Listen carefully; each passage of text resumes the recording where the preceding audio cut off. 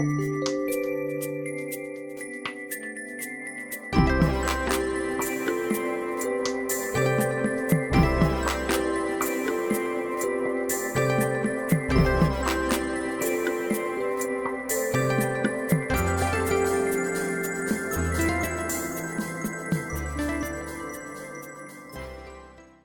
Scorpio. Welcome to Pandora Astrology's monthly horoscope for September of 2022.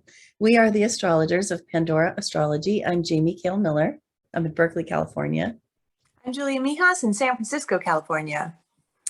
Well, Scorpio, if this is your sun sign and not your rising sign, then your annual mop-up period is about to begin.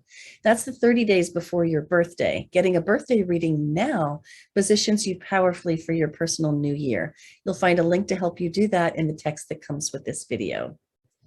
Well, I want to start with a super brief check-in with the progress of Juno, which has been traveling retrograde in Pisces. And right here she is. I better set this for the right date, huh? September 1. At the beginning of the month, she is in your 5th house retrograde. And you can tell because of the little red RX symbol right here. There she is retrograde in Pisces in your 5th house. Juno is putting us all through a relationship retrospection period. It's gone on for several months since July and going on until October, actually. Now, there is an important milestone in this time period, this relationship retrospection period that's happening on September 7. And I like to call that Commitment Clarity Day. And it happens when Juno and the sun come directly opposite to each other. And right here it is. The sun is here at 15 of Virgo. Juno is at 15 of Pisces. And when they oppose each other while Juno is retrograde, there is this clarity that happens about your relationship. So if you've been involved in looking back at the history of your relationships or at the history of this relationship that you're in, this day should bring you clarity about what you may want to do about it, or just a really big insight in the process. Juno is in Pisces, and I said a lot more about this in the video Julia and I made, which is in the July 2022 news playlist on our YouTube channel, Pandora Astrology. It's also in our year of 2022 playlist. And there you can find out a lot more about the nature of this period of reflection. But the one thing I will say about it is that you're kind of checking all your relationships for, is the spiritual connection there? And big insights will come around September 7th. Hey, Julia, I think you've got some news for the Scorpios of the world about Mercury, Venus, and Mars. What's that good stuff? There's actually a lot of news to tell you, Scorpio, especially with Mercury. Mercury is all over the map this month because it's going retrograde. But at the very beginning of the month, Mercury starts in your 12th house. This is the house of the subconscious. This is the house of self-sabotage. It's also a house that's very kind of spiritual and altruistic too. So Mercury begins the month in this house. So that means that you might be getting a lot of your information from sort of ethereal places because this does rule the subconscious. Maybe you get some great ideas in a dream. This can also be a very consciousness expanding time if you do any meditation or any other kind of internal work like that.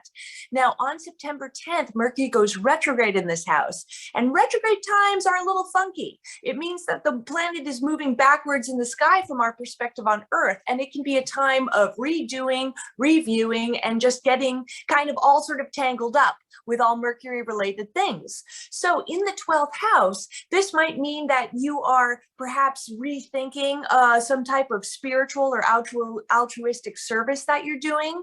Since this is also a house of self-sabotage, Mercury retrograde here can be problematic if you're not being above board with the truth in your communications with other people, because that's also ruled by Mercury. And then on September 22nd, this is a very important day because Mercury conjoins the sun exactly. And when that happens, we call that an epiphany day. This happens to be the lesser epiphany day because it's during Mercury's retrograde cycle versus when he's direct, and that's the greater epiphany day. But during these epiphany days, when Mercury's exactly conjoined the sun, it can be a time of insights and revelations. So you could be having some aha moments, some insights into 12th house matters. So that could be everywhere from making some type of connection about something charitable that you're doing, or perhaps it's some type of also spiritual insight. You could be getting some kind of messages from the universe right now, certain sort of signals from other places during this Epiphany Day. Then on September 23rd, this retrograding Mercury enters your 11th house. This has a totally different feel to it. It's a very social house. It rules your friends and social networks. It also rules your hopes, wishes, and dreams. That's the traditional description of this house, but that essentially just means your long-term goals in life. So when Mercury goes retrograde into your 11th house, this can be a time of miscommunications among your friends, as well as if you're part of any groups, if you find yourself among a constellation of people, whether that's in your union or in a club you're a part of or in a gamer circle, there could be a lot of sort of cross signals going on where people are walking away from the same conversation with totally different meanings of what happened. And since this 11th house rules your long-term goals, you could be also rethinking, re-strategizing, reviewing them. Maybe you need to tweak them a little bit or sort of change your approach to them. And this retrograde cycle is going to continue till October 2nd. So definitely hang in there. And then Venus, the planet of art, the planet of beauty, she enters the sign of Virgo, which is your 11th house, on September 4th. So I really like that Venus is coming in here while you're having a bit of a retrograde cycle later in the month in this house, because Venus does add some pleasure, luck, and harmony wherever she goes. So if you do get miscommunications with friends, it seems like you guys should be able to smooth it over very nicely.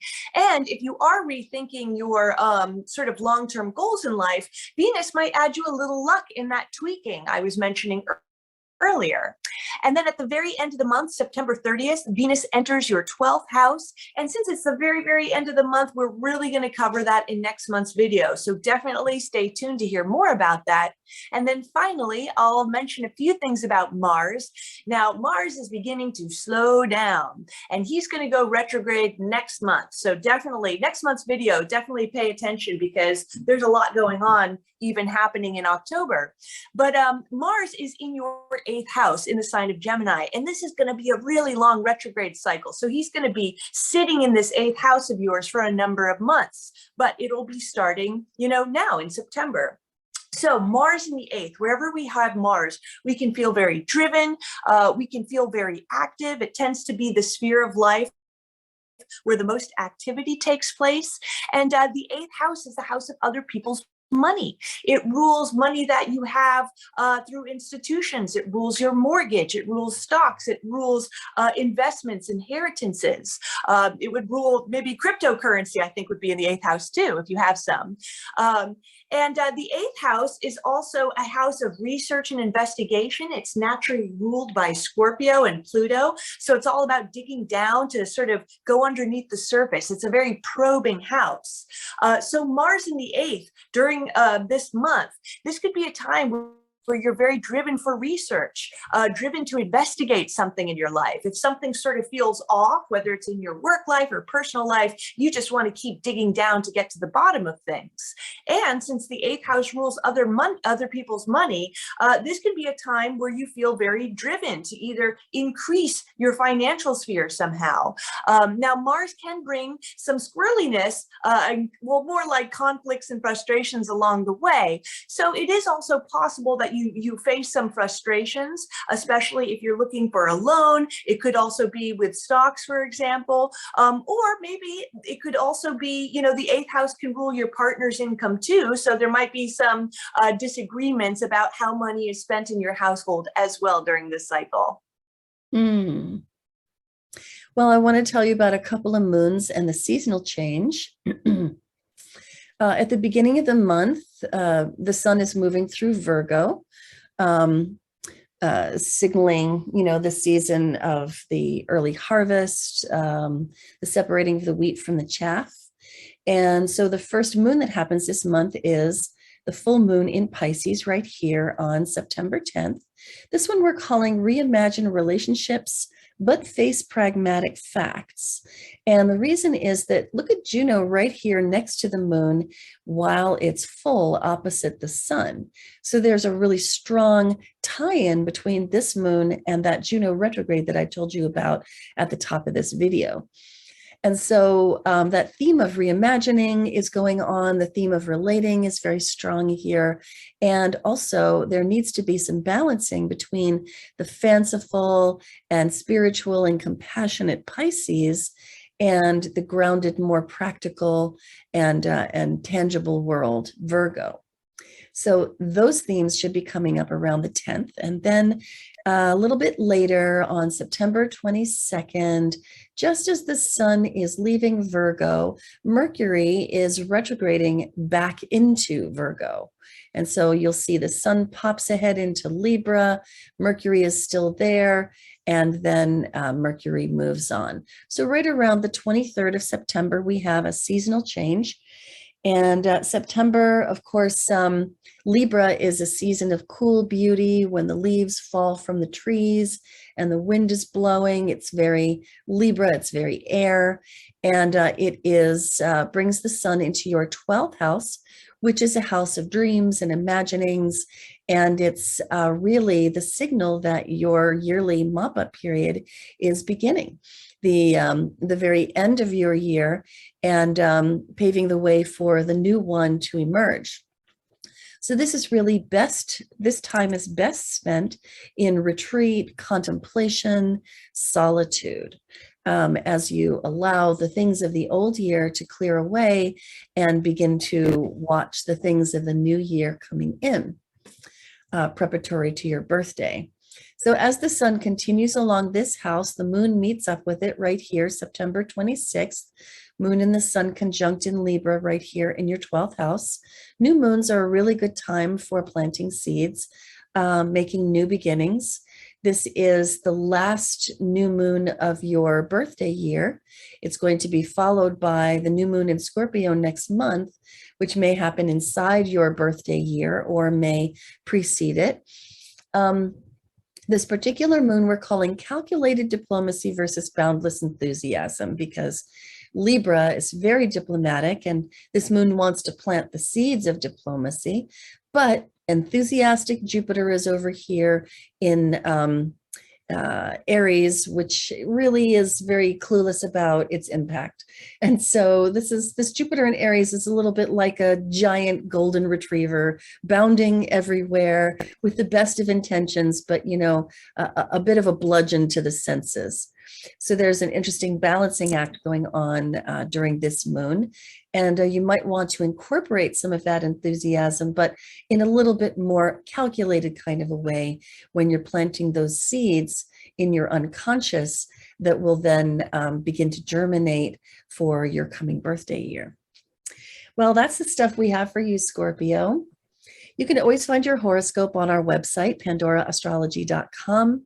And if this is your sun sign, definitely check out the one for your rising sign because it'll work even better than this.